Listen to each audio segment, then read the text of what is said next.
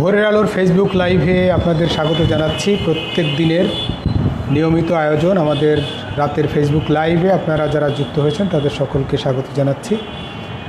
শুরুতেই আমরা একটি সংবাদ দিয়ে শুরু করতে চাই, যদিও আমাদের মূল প্রতিপাদ্য বিষয় হচ্ছে খবরে নজর। প্রত্যেক দিন আমরা আমাদের কয়েকটি খবরে নজর দেওয়ার চেষ্টা করি এবং সেই খবরগুলো একটু ছোট্ট ছোট্ট করে বিশ্লেষণ করবার চেষ্টা করি। আজকে আমরা প্রথমেই শ্রদ্ধা জানাতে চাই, ভালোবাসা জানাতে চাই। আজ আপনারা জানেন বিশ্ব শিক্ষক দিবস, তাই শিক্ষকদের প্রতি পৃথিবীর সকল শিক্ষকদের প্রতি আমাদের ভোরের আলোর পক্ষ থেকে আমরা শ্রদ্ধা জানাই, কৃতজ্ঞতা জানাই, সাধুবাদ জানাই। এই শ্রদ্ধা যখন জানাচ্ছি তখন তার পাশাপাশি আমরা বিমর্ষ হয়ে যাই। আমাদের আরেকটি সংবাদ আপনারা জানেন, সারা দেশ জুড়েই সংবাদটি আমাদের বিবেককে তাড়িত করেছে, নাড়া দিয়েছে। সেটা হচ্ছে বিবস্ত্র করে এক নারীকে নির্যাতন নোয়াখালীর বেগমগঞ্জে। যে ঘটনাটি আমাদেরকে পাশবিকতার দিকে নিয়ে যাচ্ছে, আমাদের মানবিক মূল্যবোধের অবক্ষয় কি এখানে ফুটে উঠেছে। এবং এই ঘটনায় উচ্চ আদালত স্বপ্রণোদিত হয়ে একটি রুল জারি করেছে। সেটা হচ্ছে বিবস্ত্র নির্যাতনের ভিডিও অপসারণের নির্দেশ দিয়েছে আদালত, এবং একই সঙ্গে বিটিআরসিকে এই নির্দেশ দিয়েছে এবং এই ভিডিওটি সংরক্ষণ করার জন্য নির্দেশ দিয়েছে। একই সঙ্গে যে নির্যাতনের শিকার নারী তার পরিবারকে নিরাপত্তা দেওয়ার কথা বলেছে আদালত, এবং যারা এই ঘটনার সঙ্গে যুক্ত তাদেরকে আইনের আওতায় এনে শাস্তি দেওয়ার কথাও বলেছে। এবং এখানে আইনশৃঙ্খলা বাহিনীর কোনো রকমের গাফিলতি আছে কিনা সে ব্যাপারে একটি তদন্ত কমিটিও করা হয়েছে। আমরা প্রত্যেক দিনই অসংখ্য এরকম ঘটনা দেখি, শুনি, এবং সামাজিক যোগাযোগ মাধ্যম, আমাদের পত্রিকাগুলোতে, আমাদের ইলেকট্রনিক মিডিয়ায় প্রত্যেক দিন এই ঘটনা দেখে দেখে আমরা হতবাক হয়ে যাই। বিশেষ করে বাড়ির শিশু সন্তানরা এই ঘটনাগুলো যখন দেখে, বিশেষ করে নারী শিশুরা, তখন তারা প্রচণ্ড মানসিক চাপের মধ্যে পড়ে।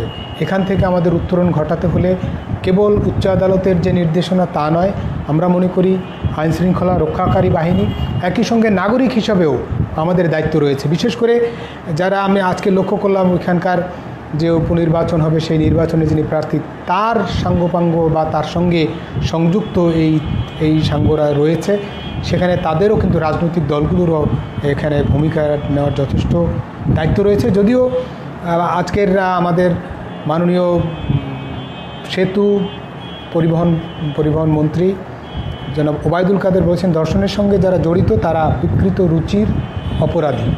এটাও একটি আমাদের খবর, যে খবরটি অত্যন্ত গুরুত্ব রাখে। আমরাও বলি বিকৃত রুচির, কিন্তু এই বিকৃত রুচি সম্পন্ন মানুষদের বা এই সব অপরাধীদের যদি দৃষ্টান্তমূলক শাস্তি না হয় তাহলে কিন্তু এই ঘটনাগুলোর পুনরাবৃত্তি ঘটবে। আমরা চাই না আর কোনো নারী এরকম নির্যাতনের শিকার হোক।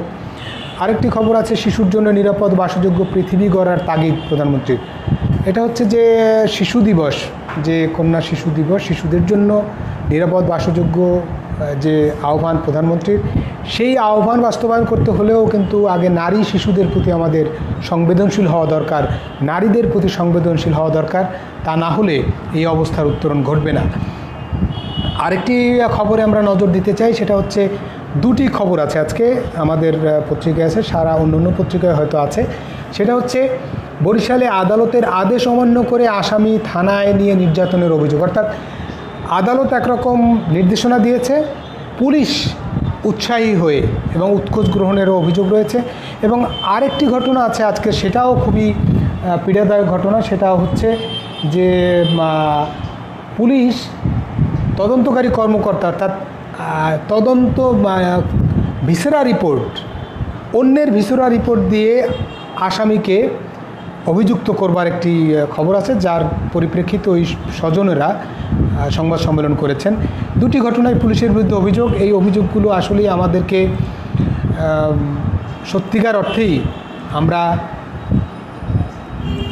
যে আইনের শাসনের কথা বলি, আমরা যে পুলিশের প্রতি বা আইনশৃঙ্খলা রক্ষা বাহিনীর প্রতি যে আমাদের শ্রদ্ধাবোধ সেটি নষ্ট করে দেয়।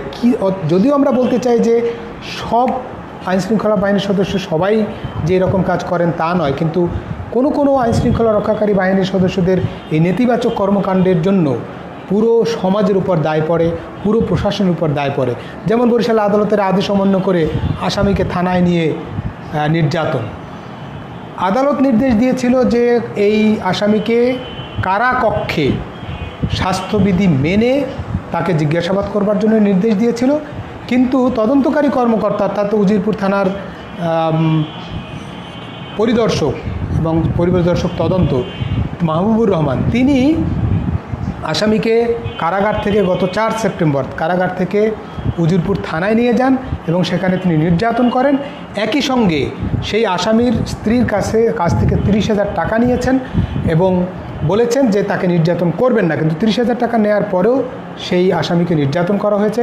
এটি অত্যন্ত আদালত অবমাননার ঘটনা বলে দাবি করেছে আইনজীবীরা, যেমন পাবলিক প্রসিকিউটর বলেছেন যেটি আদালত অবমাননার ঘটনা। আবার পুলিশের কর্মকর্তারা বলেছেন যে এই দায়িত্বটি মূলত কারা কর্তৃপক্ষের, আদালতের নির্দেশনা যেটা আসে সেটা কারা কর্তৃপক্ষ সেটা তামিল করেন, কিন্তু এখানে যদি তদন্তকারী কর্মকর্তার কোনো রকম ভূমিকা থাকে এ ব্যাপারে তাহলে অবশ্যই পুলিশের ঊর্ধ্বতন কর্মকর্তারা তার বিরুদ্ধে ব্যবস্থা নেবেন। এই ছিল আজকের আমাদের খবরে নজর। কয়েকটি খবরে আমরা নজর দেওয়ার চেষ্টা করলাম। আপনারা প্রত্যেক দিন ভোরের আলোর সঙ্গে থাকুন, ভোরের আলোর ফেসবুকে থাকুন, লাইভে থাকুন এবং আমাদের ওয়েবসাইটে থাকুন। আপনারা ভালো থাকুন, সুস্থ থাকুন। সকলকে ধন্যবাদ।